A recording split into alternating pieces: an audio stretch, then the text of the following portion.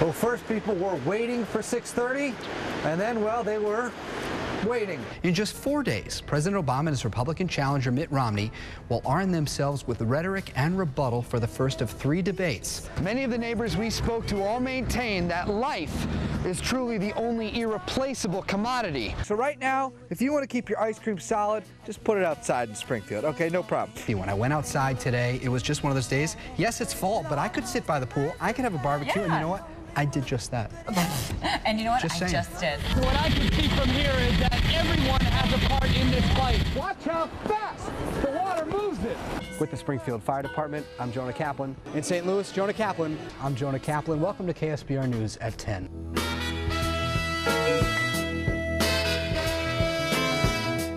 Officials here at the road department say they've had to replace about 600 signs over the past year. Some of them stop signs, some of them speed limit signs, but most of them just regular street signs in your neighborhood. A lot of them with first names. That's because maybe people have friends with the name Michael, or they want to give a gift to their friend Jessica, or maybe their friend Greg. But for the road department to replace all these signs, well, it's costing taxpayers a lot of money, to the tune of $60,000. Some might say it's one of the worst feelings ever. You see the flashing lights behind you, you know you're about to get pulled over. License part's easy. Just take out your wallet and there it is. But what about the registration, that proof of insurance? You're having to dig through everything that you've buried in your glove compartment. All right, I think I got it. But wouldn't it be easier just to put it on your phone? Well, when you have 15 billion gallons of water going through those pipes every year, that means 1.5 billion of those gallons of water, they leak. That means 10% of our water supply wasted through those old pipes. There were only 5 rooms that were occupied here at JR's Motor Inn, and you can see the damage obviously so visible and transparent through the windows, through the doors, even through the roof. A couple hundred feet away, there were more people staying at this Holiday Inn Express and Suites. Perhaps damage not as visible, but to the people who stayed there, the experience no less traumatic. Physical injury is one thing, but texting while parenting, well, that can contribute to some emotional problems too. I mean, every time you look down at your phone, well, that's a moment you're not spending with your kids. There are some scenes that frankly don't need any explanation or caption. This tree was bulldozed, not by machine, but by a massive tornado that devastated Joplin, Missouri. You can't tell what the buildings were. It's just unreal. Trees, trucks, warehouses, homes, nothing could withstand this display of nature's wrath. Looks like a bomb went off, looks like a combat zone. Just coming from behind Walmart down the road, there was a huge apartment complex that used to be there, and it's just a big pile of rubble and just debris everywhere, and it looks like something you see in an apocalypse movie. The tornado flattened cars into aluminum paper. It tossed these trucks along I-44 like they were toys. It leveled a Walmart, a Home Depot, and almost an entire neighborhood. We were just helping dig through stuff and find stuff, and just everyone was running everywhere to get whatever they could for people, to get batteries, flashlights, everything for, you know,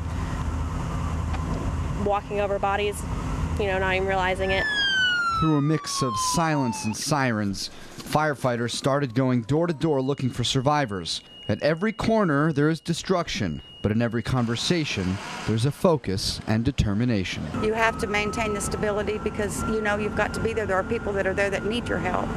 And if you don't stay and maintain the stability, then you're not going to be able to help them. With the threat of severe storms still looming overnight, all of the emergency crews have now relocated to this Lowe's, which is the closest functioning building with power, electricity that can still facilitate all of these rescue operations. And already crews from Oklahoma, Kansas, and most of southern Missouri have all gathered here to help in the effort. And a pleasant hello to you from KSPR News. I'm Jonah Kaplan. Here's a look at some of the top local headlines on this Sunday. Pulaski County man behind bars after a week-long crime spree and hours-long manhunt. Police were after this man, Chad Lang, for numerous felony charges, including auto theft and burglary.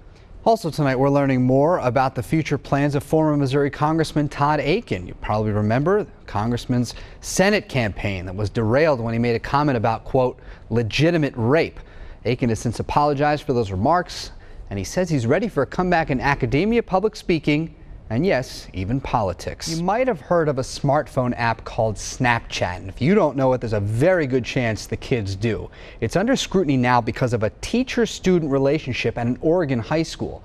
Police want to know how far their relationship went and what role Snapchat played in their courtship. Welcome back to KSPR News at 10. It's not every day you get to celebrate a 175th birthday, but that day was today for the city of Springfield. Queen City established back in 1838, and in typical Ozarks fashion, some unfortunate rain putting a damper on the event in Park Central Square. Rain becoming a very common theme here as we begin the spring, and I understand the whole talk about April showers and May flowers, but you can't have these flowers if we're going to be freezing all the time. Who said we're going to get a freeze?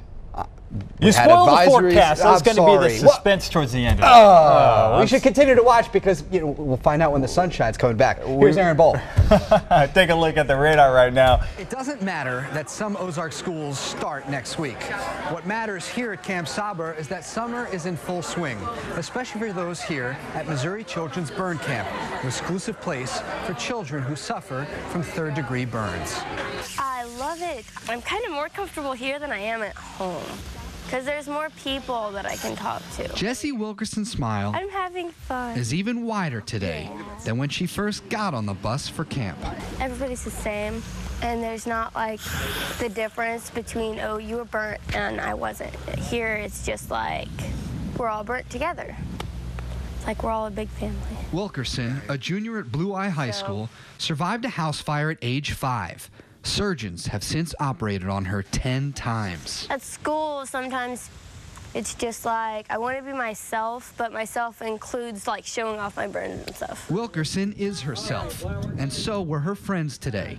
In the bunk, in the pool, and everywhere else. The real thing is to teach these children that their scars are nothing more than the wrapping paper of their skin, and that they should be judged by who they are on the inside. Linda Hansen founded Burn Camp 16 years ago after her family survived their own emergency. You're a victim if you choose to be, and you're a victim when you die. Every person here is a burn survivor. And understandably, people become overwhelmed, and it's like, oh, what's going to happen, and oh, this is going to change him forever, and oh, he's never going to be able to go in the sun for the rest of his life. And I go, not. They're going to be in the sun every day at camp. 6-year-old Eli Ford looked a little nervous on Monday, but those nerves washed away by the time we waved to him. This is Jessie Wilkerson's 4th summer at Burn Camp, and counting. It's just like a sigh of relief over a week.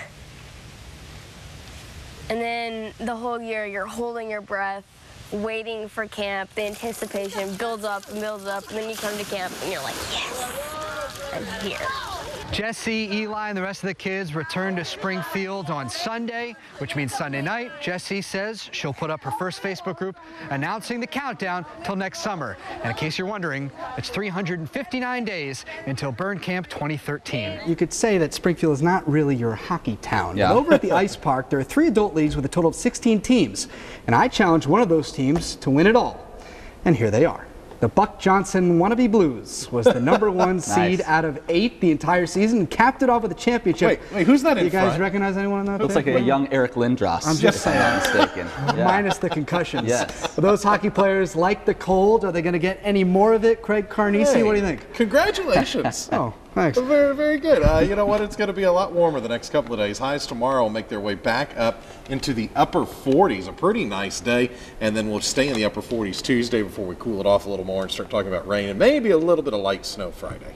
I like the atmosphere. I like the weather. It makes, it's the mood. But is there a repeat? Will you be able to repeat? That's the question now. Too many questions. Are you printing the T-shirts yet? Oh, the caps? please. Well, we hope you have a wonderful rest of your weekend. This is KSPR News.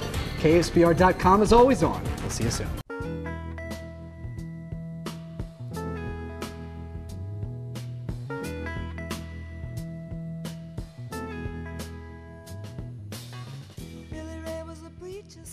When his daddy would visit, he'd come along. When they gather around